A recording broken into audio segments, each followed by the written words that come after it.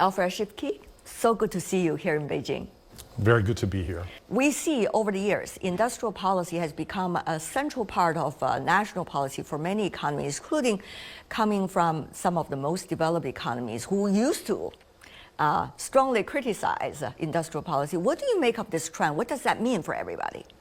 Well, historically speaking, it was the developing countries that pursued industrial policies because they wanted to catch up. Yeah.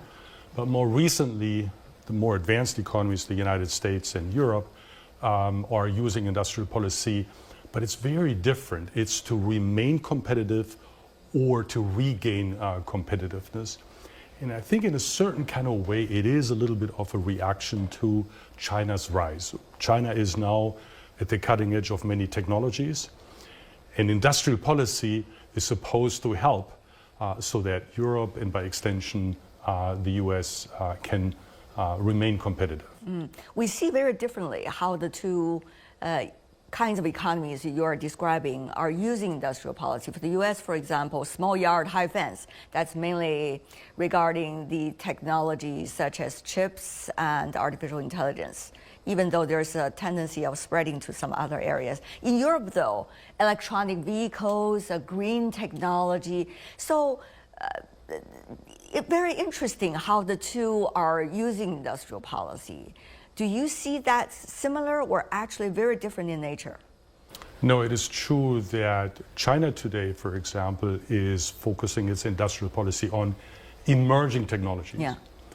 Europe, in a certain kind of way, is a lot more defensive. It is trying to remain competitive or regain competitive in some of the areas such as EVs and batteries and others. Yeah. And the US, I think one has to take into account that there has been a change in the White House.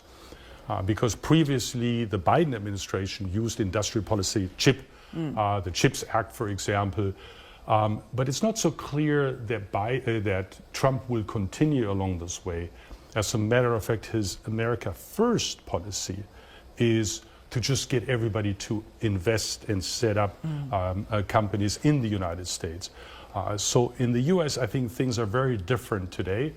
So as a result, how is it transforming competition and cooperation? We know, for any global company, even with their biggest competitors sometimes, they could have a cooperation possibility. And sometimes the other side could be their, supply chain component. So what do you make of the current trend as a result of this? Well, I think there is the risk that industrial policy is used to have higher fences and have less cooperation. But I think you're right that there are possibilities for collaboration as long as the access is equal. The European Union, for example, came out with an idea, and I don't think it has been implemented yet, that foreign companies can actually benefit from subsidies, but then there has to be some technology transfer. But if you have clear rules, then maybe Chinese companies can consider whether the conditions are right for them to collaborate with Europe. We are seeing that cooperation between car manufacturers, especially some of the largest ones in Europe, such as in Germany, and also Chinese ones. Do you see they are trying to find out, the best ways forward? Do they have some inspiration for others so far already? Well, I think the car industry, which has been in China for a long, long time, is probably at the leading edge in terms of collaborations, and they're collaborating both in research and development. They're collaborating on the supply chain side. So it is definitely an example of how one can collaborate. But one also discovers, even with the best of all intentions, there are some serious challenges. So for example, if you take the EV sector, when you have joint research and development, often the Europeans come with mechanical engineers and the Chinese come with IT people. And that means they don't speak the same language, and it's not Chinese and English. You know very well, Alfred, after working here in China and constantly researching about China, that this country is encouraging so much on innovation. And as a result of that, money is being put in. But here comes the issue as to how much, who should provide the money, to what extent, when to come in and when to exit. What is for the market, what is for the government? All of these are fascinating questions we could take months probably to discuss. But to you, what is the current balance you're observing? Well, I think you're right. Resources flow very quickly into the new sectors. There's a lot of innovation. The challenge, I think, is for companies to then also exit, because we know that in this very competitive environment, there are many companies that ultimately will not survive, but the exit is not as quick as it should be. And that is a waste of resources that you could use somewhere else. Now, what is it that one ought to do? And I think it is related to concepts of bankruptcy procedures.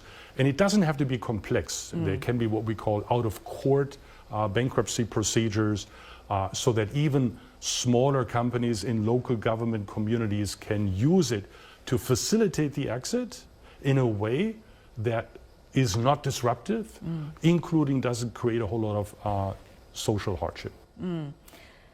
But how well are we in that process already? As you know, recently China has been working on its future plan for the transformation of the economy. But from decisions to actions, from actions to implementations, and eventually the results, there's still a long way to go. How far are we already in some of the measures that you already mentioned? Well, I get the sense that in terms of the broad direction, it has been clearly defined. But a key component for the implementation of all of this are local governments. As we know, most Westerners might not fully appreciate the core of China's economy are local governments, have always been investments in the past, innovation opening up. But that ultimately also means that the local government official now has to internalize this new direction. Yeah. And that is not always easy, and it will take time. So I think one has to be patient. It probably requires that performance indicators for local government officials, KPIs, have to be changed. And again, it is not easy. Yeah. The reason why we mentioned already some of the questions is because China's industrial policy has a lot to do with how local governments would implement it. And right now, there's the issue of, whether sometimes it's too much or too little.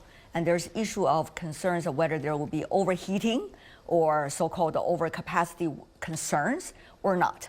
So China's central government and local government has always been having some interesting relationship, isn't it? Do you see that nature has to change in order to address some of the issues you just mentioned? This relationship between the central government has to be more clearly defined. At the end of the day, local governments have to have the financing, have to have the resources to do what they're meant to do. Some of the obligations of local governments might have to be shifted to the central government to give more room to local governments to focus on the new areas. Right. While we are talking about industrial policy, we also see another side of important development, which is consumption. Recently, China has put forward already the huge action plan on how to encourage domestic consumption. How will this side meet the earlier goals as a result of implementing industrial policy? I mean, industrial policy that should be encouraged. Yeah, they have to be complementary.